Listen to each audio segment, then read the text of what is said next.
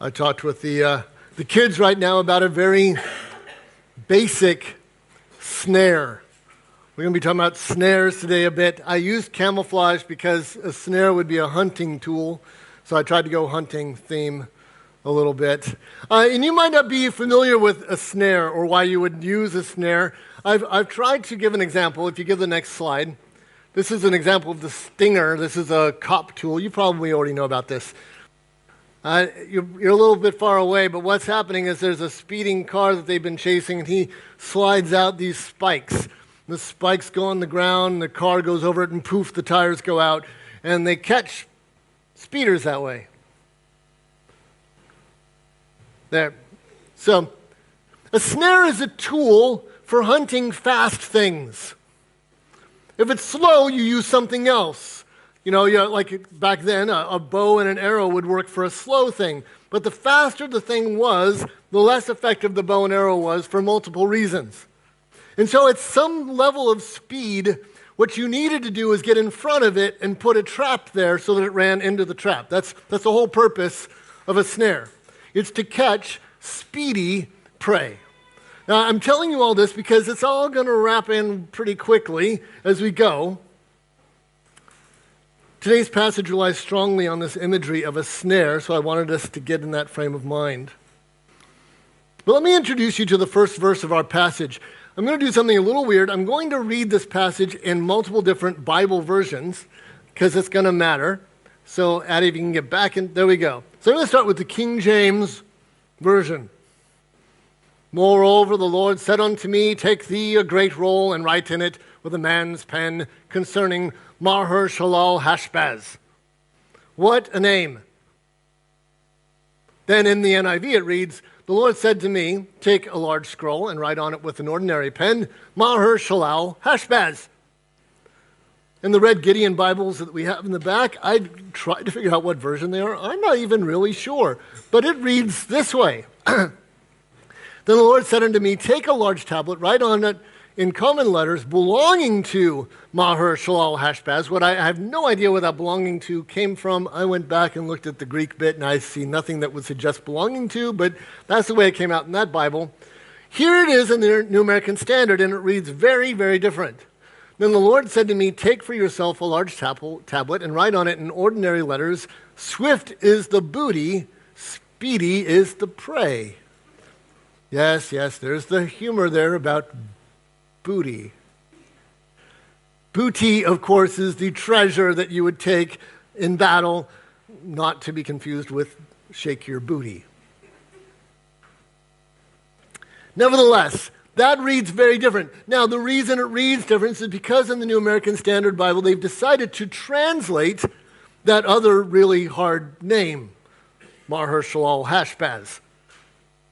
But that's what Maher-shalal-hash-baz means. Can you imagine being the kid, right? And everyone hears this. They don't hear Maher-shalal-hash-baz. You're in school, and they go, Frank, here, swift is the booty, speedy is the prey.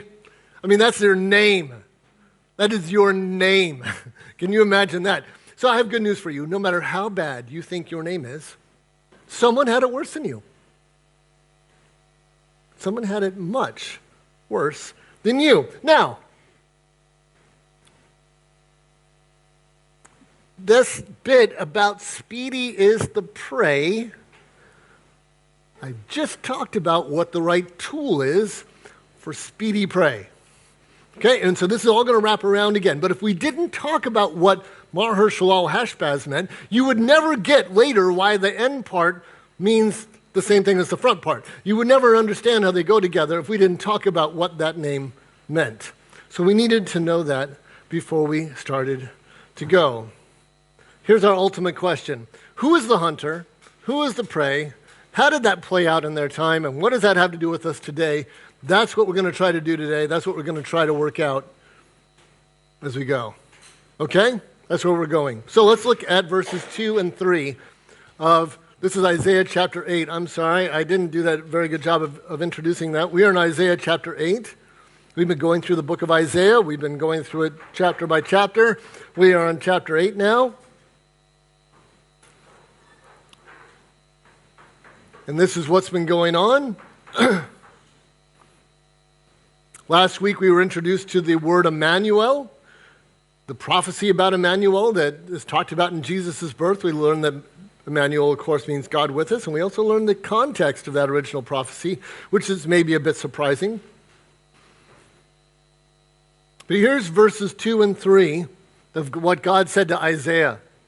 And I will take for myself faithful witnesses for testimony, Uriah the priest and Zechariah the son of Zeberechiah. So I approached the prophetess, and she conceived and gave birth to a son. And then the Lord said to me, name him Maher-shalal-Hashbaz, which of course we know means swift as the booty and speedy as the prey. Okay, so a few things here that's going on. Isaiah is instructed to get witnesses, the people specifically. I could go into that, but it doesn't really matter. What matters is God's giving him a prophecy about the future. And he said, I want this prophecy to be verified by two people. You're going to write it down. They're going to put their names to it so that later when you said, God said this before it happened, you won't go, no, he didn't. This is proof that God prophesied beforehand, and this probably applies to more than just that statement. Probably has to do with a lot of the prophecy that he's giving at this time. He's saying, write down this prophecy, and when you write down this prophecy, I want witnesses, and I want you to tell them what it says, so that when it happens later, my word has been witnessed. They know that it happened in advance. So these are supposed to be reliable people. So that's that part. And then this prophetess. So I approached the prophetess, and she conceived and gave birth to a son. Who is this? Let's just start with this. She was Isaiah's wife. Why do I say that, even though it isn't clear? I say it because not of the evidence, but the lack of evidence. Look, God took adultery seriously. Every single time one of God's key servants committed adultery, it was a big deal. Take, for instance, David. It was not a small deal that he committed adultery with Bathsheba. It had to be addressed. It had to be dealt with. God wasn't going to just ignore it. The fact that there is no comment at all about this being a negative thing or that God was upset or there was some sort of punishment tells us it had to have been Isaiah's wife. I think that's a reasonable conclusion to come to. But then why called prophetess? So there's really two options here. One would be that she was also a prophet, but we just don't have her prophecies recorded.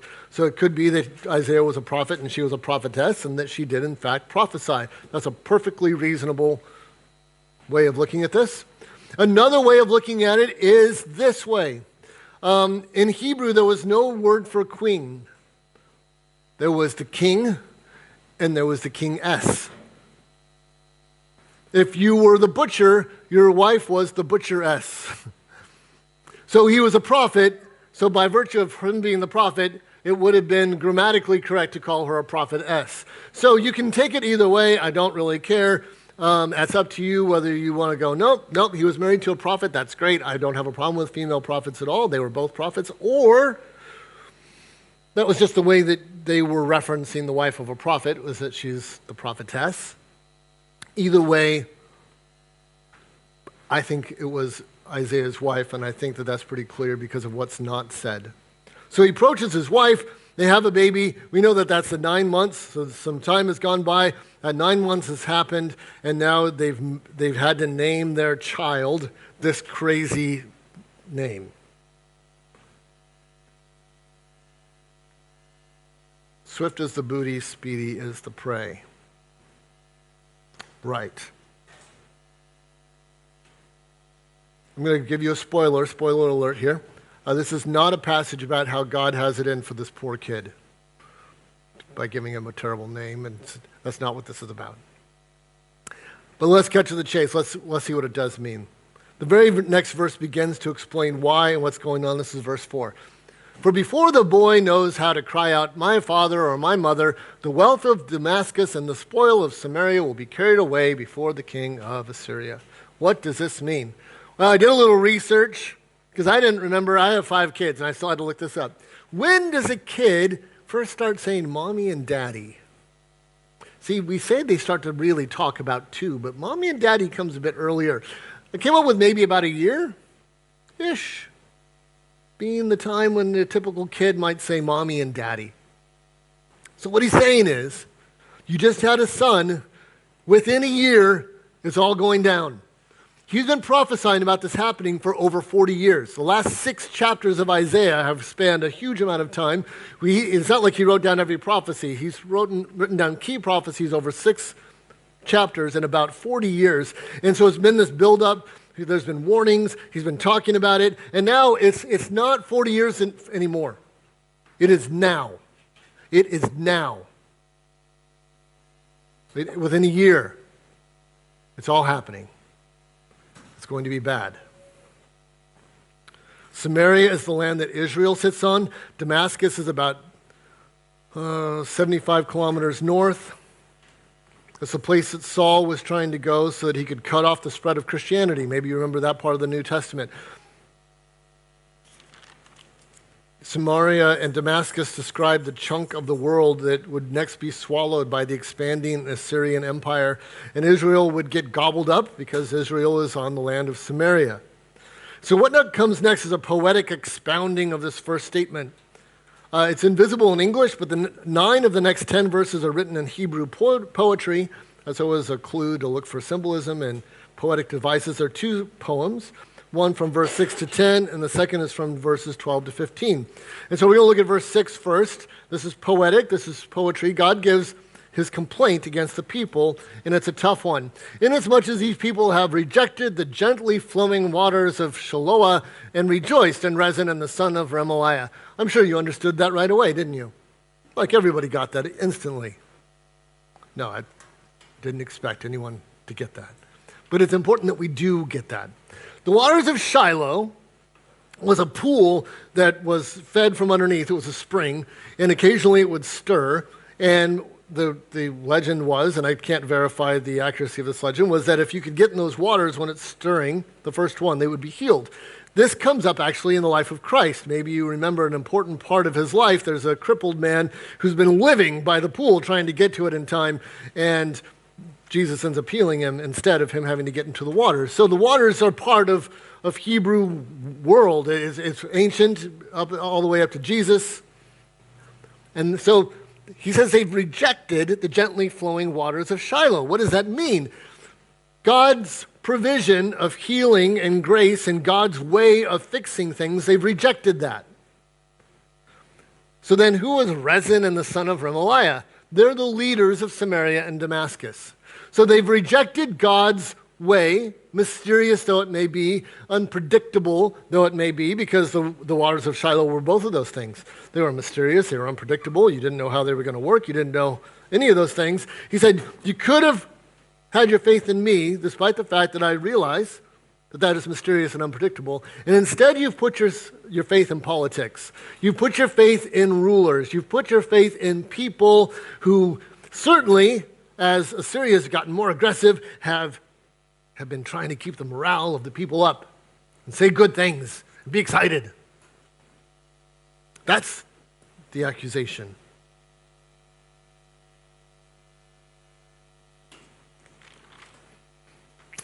The people have faith, and it's not in him. Their faith has moved on.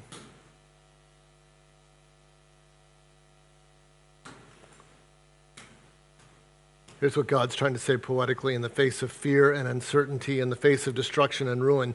You haven't come to me. You aren't dependent on me. You aren't waiting on my salvation, however I choose to provide it. You are cheering for some politician. You think some human who tells you what you want to hear can save you. The hope I wanted you to have in me is in a person with political power. And that is why it's going to go so badly for you. That's his accusation. Because you put your hope in a human being with a title instead of in me, this is going to go badly for you. Now therefore, behold, the Lord is about to bring on them the strong and abundant waters of the Euphrates, even the king of Assyria in all of his glory, and will raise up over all of its channels and go over all of its banks. Ancient history, the Euphrates and the Nile are the earliest places of civilization because annually, both of those would flood, and they would flood over their banks, and they would go really, really broad. And so everybody would get like knee-deep water all over the place, and then it would recede. And so all of the land would get this fantastically good watering at least once a year, and it kept the water the land fertile. And so everyone knew that the Euphrates flooded. And so God's using this analogy of the Euphrates flooding as Assyria, the empire, just going everywhere. It's gone past its borders. It's going all over this region. And Assyria is flooding past its borders. It's going everywhere. It's covering everything. That's the analogy that he's using. The people of the time would have understood that pretty clearly. But notice that he doesn't say that the king of Assyria gets the credit for this. He says, now, therefore, behold, the Lord is about to bring on them a strong and abundant waters of the Euphrates. God doesn't blame the Assyrians. He says, I'm responsible here. I'm in control of what's happening.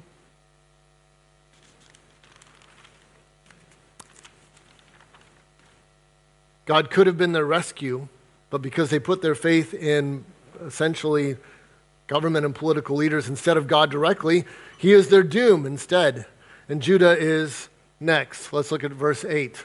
Then it will sweep on into Judah. And this is not going to happen right away. This is going to take time. Immediately, within the next year, it's going to be Samaria and Damascus. Eventually, it's going to hit Judah. It will reach even to the neck, and the spread of its wings will fill the breadth of your land, O Emmanuel. That reach even to the neck. Remember I said that what would happen is the Euphrates would rise maybe to knee level, right? And it would cover? He's saying, no. No, it isn't going to be knee level, it's going to be neck level. You're going to be up to your neck in water. It's not going to be pleasant. You're not going to be sloshing around wading in the water. You're going to be trying to keep your head above and not drown. That's the neck.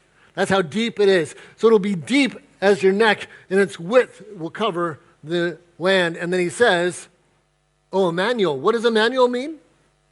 God is with us. Wait. Emmanuel is supposed to mean God is with us so there's peace. Emmanuel is supposed to mean God is with us so there's goodness. Why is this word Emmanuel, God is with us, paired with judgment? Well, we're going to talk about that as we go.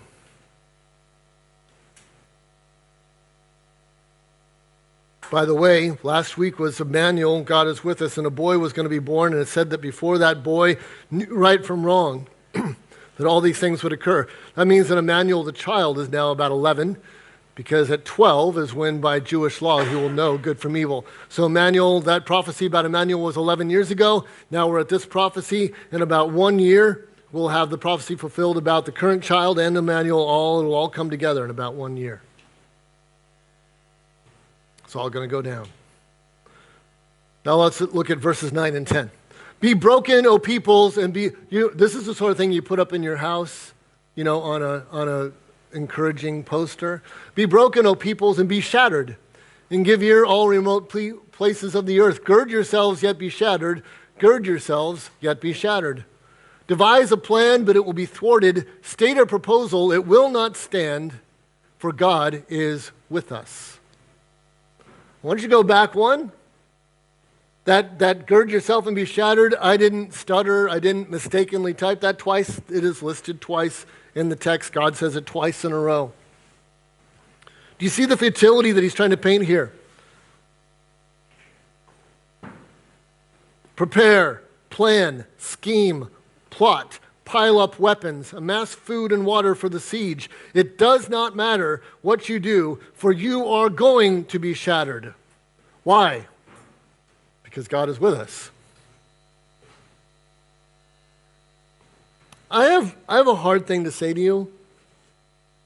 In eternity, there will be far more people who know that they have been judged by Jesus than people who knew that they were saved by him.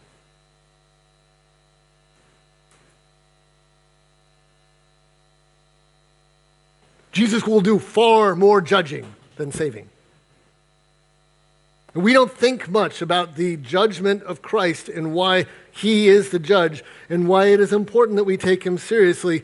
See, if there was a problem that the Jews had when they thought about the Messiah, is that they thought all about his judgment and power and his military might, and they didn't think anything about all the prophecies about saving people from their sin. They just ignored it. And our problem as the church is we want to talk all about how he saves people from sin, and we don't want to talk at all about his judgment and his military might. And see, both of us want to talk about half of it and ignore the other half. And that's unwise, because that's not how it is.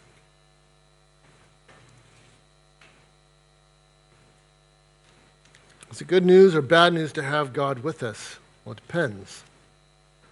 It depends on where we put our trust. It depends on where we put our hope. And might I suggest that what we put our hope in is what we really worship? I'm going to say that again. Whatever it is in our life that we say, that's my hope. Because of that, I have confidence in the future. Okay, pick that, find out what that is. Okay, that is what we really worship. Let me explain that. That's what we're going to put our time into. That's what we're going to put our money into. That's where our emotional attachment is going to be. That's what we're going to speak highly of to others. Whatever it is that we've actually put our hope in, that's what we worship. That's what we do all the things that have to do with worship too. And so if our life is full of investing our time, our energy, our emotional connection on it, and then the thing that isn't God, then we are worshiping something consistently that isn't God. I'll leave it to you to consider whether we want God to be with us when we're actively worshiping something else. Emmanuel in this setting is not a name of hope, it is a name of judgment. And that first part that I just read was a message to the people. Then we're going to have a little bit of a break, and then we're going to have a different poem, and this is a message to Isaiah. And the tone is going to change, and the message is going to change, because the audience is going to change. But let's look at verse 11. For thus the Lord spoke to me, with the mighty power instructed me not to walk in the ways of this people, saying. So this is the instructions to Isaiah, not to the people. God's telling Isaiah how to act. And so this should be very important to us, because if we're going to say we're the children of God who have put our hope in God, our faith in God, and trust in God, then whatever it is that we should have that in common with Isaiah. So whatever the message is to Isaiah, this should be the message to us now. Verses 12 and 13. You are not to say it is a conspiracy in regard to all that this people call a conspiracy. And you are not to fear what they fear, or be in dread of it. It is the Lord of hosts whom you should regard as holy, and he shall be your fear, and he shall be your dread. Are you picking up what God's laying down here? God says, I am God. I am God. Do not fear Assyria. Do not fear kings of Samaria and Damascus either. Do not fear anyone or anything other than me. You want to dread something? Fine. Dread what I can do. God says, I am the only one worthy of either hope or fear. You think the whole world is working against you? You think evil conspires to defeat you? Why? Why would you ever care what any person or network of people or government or army or spies or any other human being could possibly do to you? I am God, and the world is my plaything.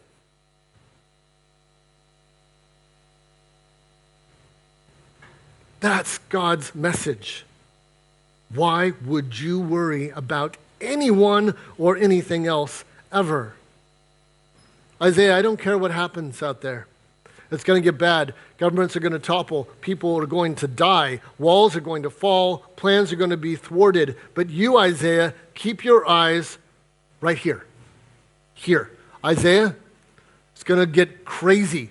Here. Don't you look away. Don't you look away from my face. You keep your eyes right here. And you're going to be fine.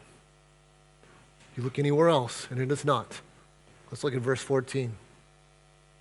For then he will become your sanctuary. There is more to verse 14. I want to talk about this first. For then he will become your sanctuary. God's promise to Isaiah isn't that any of the tragic events would stop. God didn't offer to halt the destruction of Israel or Judah. Despite Isaiah's position as the highest prophet, perhaps in the entire Old Testament record, it wasn't on Isaiah to save the nation. You realize, you have you got the history and the writings, and you got the prophets. Isaiah's the first prophet, because by the Jewish standard, he was the big one. Isaiah came first. He was the big guy. And here's Isaiah, supposedly the greatest prophet perhaps Israel ever had, and he failed.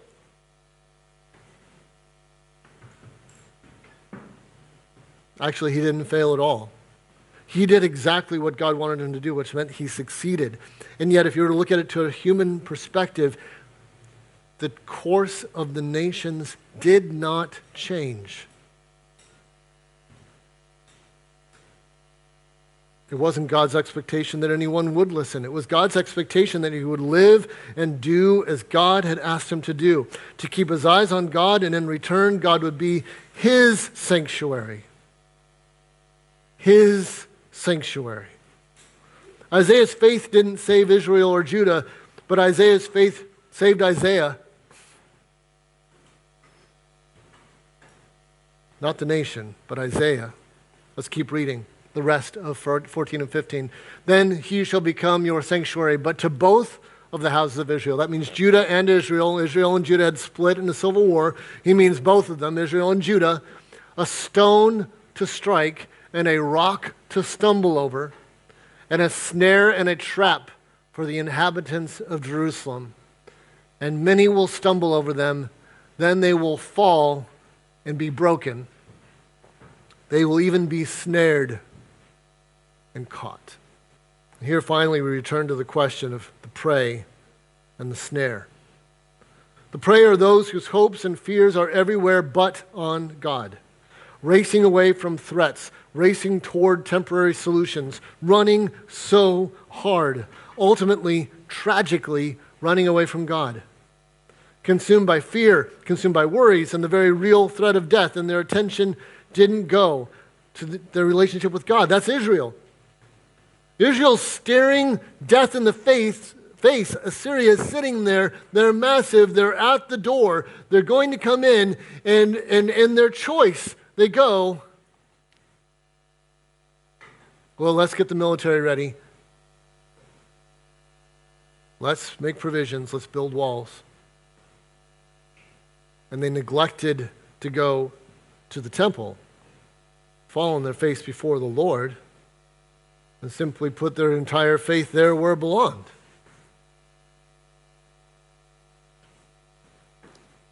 And that fear became their God. Do we understand that fear can become a God? That we can be so afraid that it consumes our attention and it consumes our resources, and we can't sleep and we can't breathe and we can't do anything but look at it. And if anything that consumes our attention, that when it pulls us in and won't let us go, we've allowed it to become something it should never have become.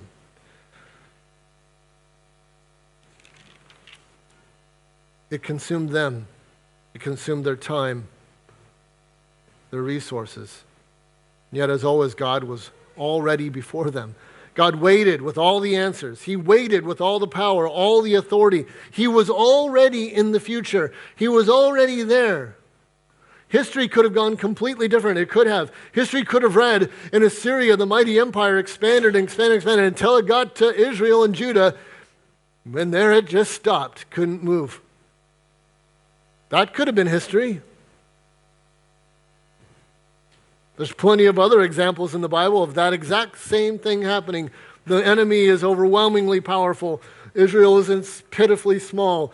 And the overwhelmingly powerful enemy can do nothing. They fail completely.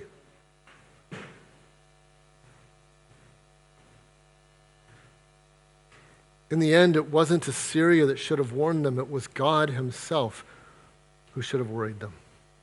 The New Testament calls Jesus, among other things, a stumbling block. Many will trip over him.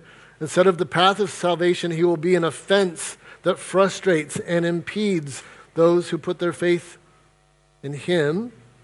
Become a sanctuary. He becomes a sanctuary. And those who do not, he is a way of just falling on our face and being frustrated. and angry. So here's the ultimate question.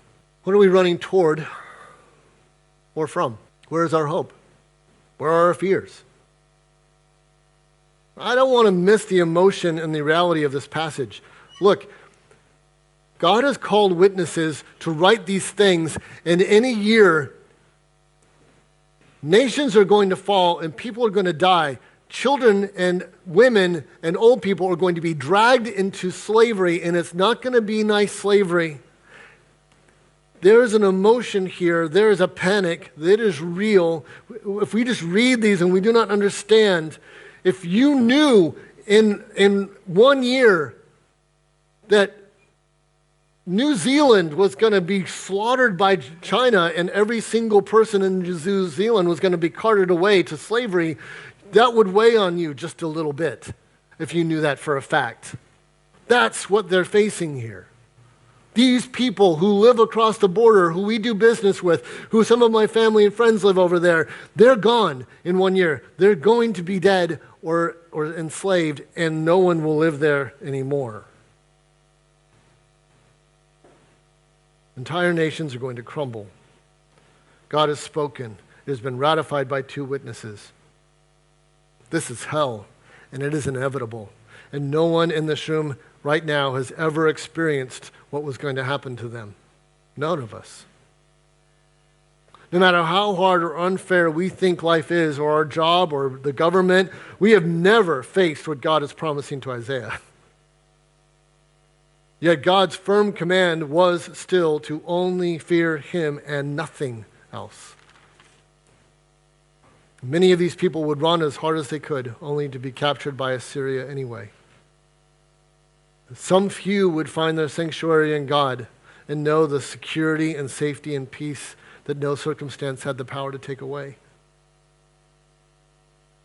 And I don't think I have to try very hard at this point to help us see how this applies to the world we live in. Where is our hope really? Where is our fear really? So where is our worship really? We can run from it, but there is nowhere we can run to get away from God. He is either the safe haven that shelters us or the stone that flattens us, but he is not neutral. And he is not impotent. You may be a person who says that they're a Christian, and perhaps you are right. And yet, if we're really honest, our moment by moment, minute by minute attention isn't on God, it's on something else. It's on the government or politics or a health issue or our job or our hobbies or our dreams of success or our kids, or worse, some dark habit that consumes us. In the last 2 weeks, I have had the misfortune of discovering that 2 young men that I knew in Germany, young officers, both had fantastic hope in front of them, beautiful lives, beautiful wives, beautiful families. One of those men is in jail right now. He's in jail right now because he's convicted of something that he thought he could hide. He thought he could get away with it. He thought he could drop it in the grass. He thought it wouldn't snare him. He thought he could do it.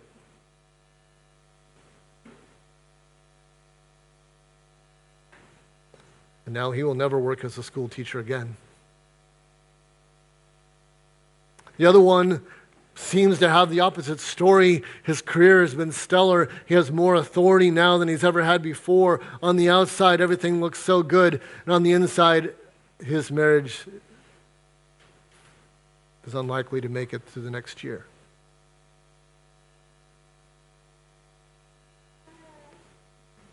Because they thought they could secretly worship something else. And as long as nobody ever knew, as long as their wife didn't know, as long as those people didn't know, they ran hard. They were swift. But the snare was waiting. There was no dodging it. There was no getting around it. It was waiting, and it hit them, and when it hit them, it had its devastating effect.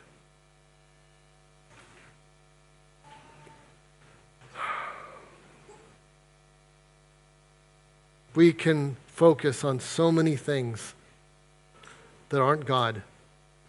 And they're all traps.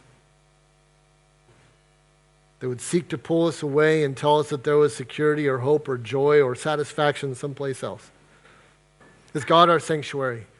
Is He where we instinctively run to when there's any threat?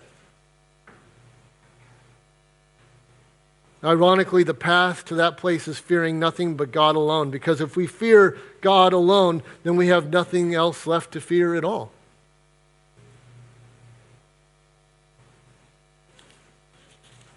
Let's pray.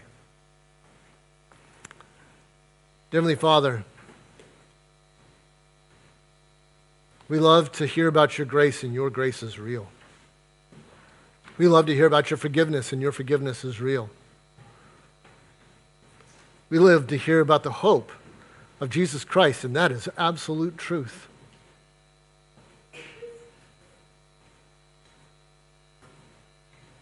But God, do we focus so much on your grace and so much on hope and so much on forgiveness that we forget that you're righteous? That we forget that you care about what we do, who we are, how we act, what we really worship?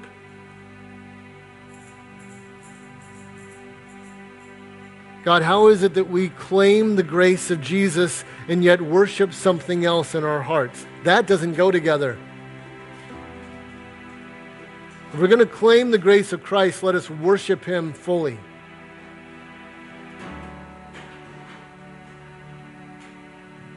God, if we have left rocks in the grass, would you help us to deal with them? To go back and pick them up?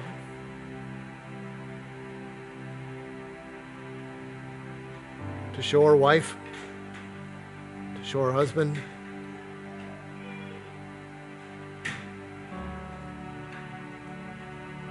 God, would you take away the lie that we think we can run from you and make all of these other things a God in our life, and that there won't be some consequence, that there won't be some outcome, that it isn't going to affect what happens to us and what happens to our family. Would you burn that lie off?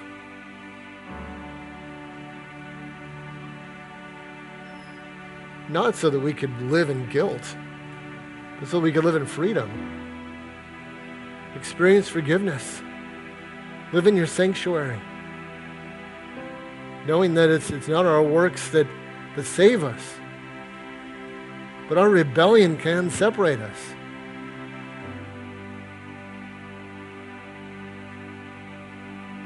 Lord, I empathize with Isaiah, and Lord, would we be Isaiah?